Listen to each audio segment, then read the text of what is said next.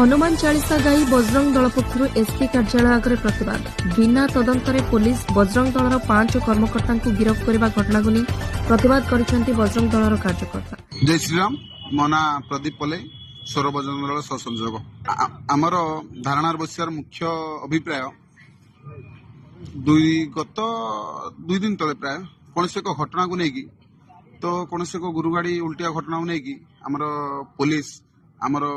बालेश्वर जिलार गो सुरक्षा प्रमुख पवन भाई एवं तांको सहयोगी 4 जन को अरेस्ट कर प्रतिवाद आम एठी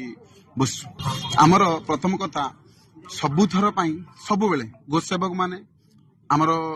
हैरान होती सबु कथार बिना दोषरे दोष थाऊ कि न थाऊ से सब प्रशासन द्वारा अत्याचार होती बारंबार आमर बालेश्वर रु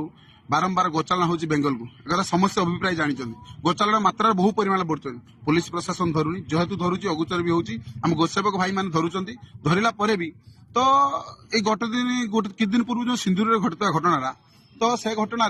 आमर पुलिस मुद्दा करी से घटना मुद्दा करी आम पवन भाई को नहीं तो आमर मुख्य दाबी होची तो जो पुलिस इनक्वारी करू इनक्वारी कला परे देखू जदि आमर भाई दोषी अच्छा तो तांको नबाटा ठीक अरेस्ट करंतु कोर्ट फरार करंतु तो जदि से इनक्वारी न करी कोचकरी भी पारती सब घटना काम कर बहुत कोचकरी अच्छा संगठन बदनाम करने बहुत कोचकरी अच्छा गोसेवक मान फसाई बहु प्रकार कोचकरी चलती तो तेणु समस्त को निवेदन प्रशासन निवेदन आम भाई को प्राय इनक्वारी करंतु